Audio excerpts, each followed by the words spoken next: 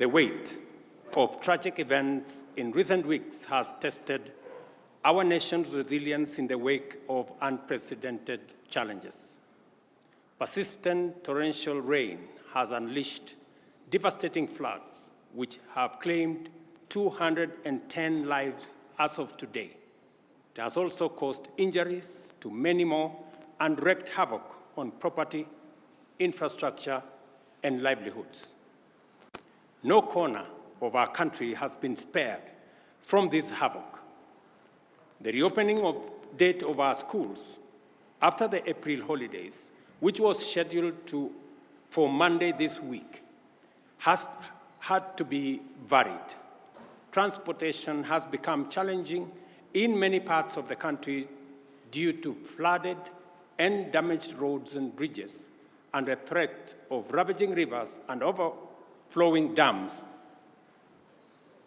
in downstream regions is immense.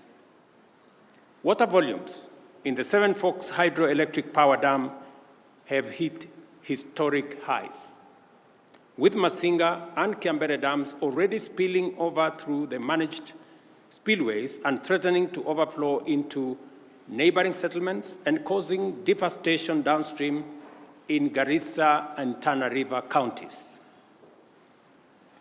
Sadly, we have not seen the last of this perilous period, as the situation is expected to escalate.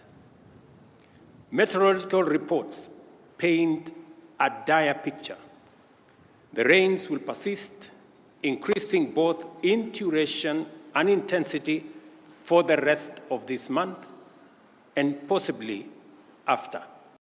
The Meteorological Department and the IGAD Climate Prediction Application Center have issued a stark warning. Kenya may face its first ever cyclone. This cyclone, named Hidaya, could hit any time and is predicted to cause torrential rain, strong winds, and powerful and dangerous waves, which could potentially disrupt marine activities in the Indian Ocean and settlement along the Kenyan coast.